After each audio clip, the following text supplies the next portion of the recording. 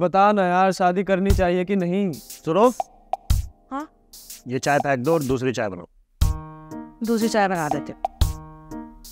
देख, अगर ऐसी अंडरस्टैंडिंग वाली वाइफ मिल रही है ना तो शादी कर लेनी चाहिए। लेकिन अगर सुनो, ये चाय फेंक दो और दूसरी चाय बना दो। क्यों फेंक दो उस चाय को? क्या दिक्कत है इसमें? इतनी दिक्कत लग रही है चाय के अंदर तो खुद जाके बना लो। नौकरानी तो नहीं तुम्हारी, मैं बना लो जाके खुद। अगर ऐसी लड़ाई करने वाली वाइफ मिल रही है तो गलती से भी शादी नहीं करनी चाहिए। तो मुझे ये बता कि मुझे शादी करनी भी चाहिए या नहीं?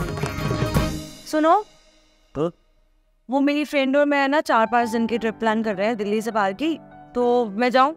अरे तो इसमें पूछने वाली कौन सी बात है, जाओ ना।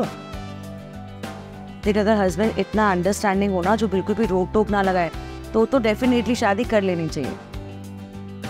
लेकिन अगर सुनो, बोलो। वो मेरी फ्रेंड आई थी स्कूल की, तो कह रही है 4-5 दिन के लिए ट्रिप पे चलते हैं दिल्ली से बाहर, तो मैं जाऊं? क्या ये क्या मतलब हुआ कि फ्रेंड आई और उसके साथ बिना पूछे प्लान बना लिया?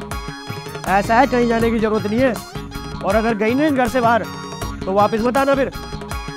समझ आई बात है?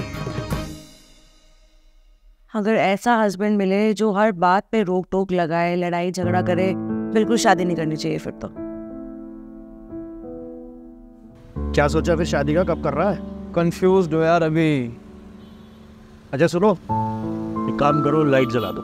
मैं भी जलाती हूँ। अरे भाभी रुको, इतनी दोपहर में यहाँ पे लाइट जलाने की क्या जरूरत है? इतनी रोशनी तो है। और आप हर बात मान लेती हो 1 मिनट में। आपको अभी बोला लाइट जला के आप फट से खड़ी हो गई हो। रात को दिन बोलते हैं ठीक है, दिन को रात बोलते तो भी ठीक है। अब भैया कोई काम बोला है तो पक्का उसके पीछे कोई ना कोई रीज़न ही होगा। हमें पता है कि अगर सामने वाले ने कोई बात बोली है तो उसके पीछे पक्का कोई स्ट्रॉन्ग रीज़न होगा। समझ गया? ऐसा है, हम दोनों ना एक दूसरे को बहुत ज़्यादा अंडरस्टैंड करते हैं, और कपल्स की तरह नहीं कि किसी ने कोई बात बोली तो उस बात पे तर्क करने लगे, लड़ाई लड़ने लगे। इसने मेरे पे अपना पूरी तरीके से समर्पण कर रखा है, मैंने इस पर अपना पूरी तरीके से समर्पण कर रखा है। तो इससे ना हमारा रिश्ता बहुत मजबूत हो गया है और हम एक दूसरे का पूरा साथ देते हैं हर चीज़ में। मुझे भी समझ में आ गया कि आपसे जो भी उल्टे सीधे काम करवा रहा था ना, वो मुझे समझाने के लिए करवा रहा था। अगर ऐसा है तो मैंने आपको कहा ही था कि कुछ भी करवा रहे हैं अगर तो उसके पीछे पक्का कोई स्ट्रॉन्ग रीज़न है। और देख लो कितना स्ट्रॉन्ग रीज़न था।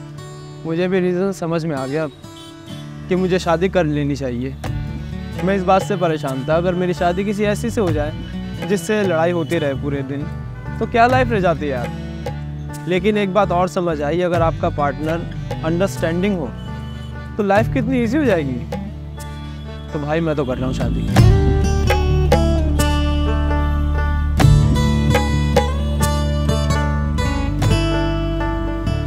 एक औरत का सबसे बड़ा गहना उसका अच्छा पति होता है।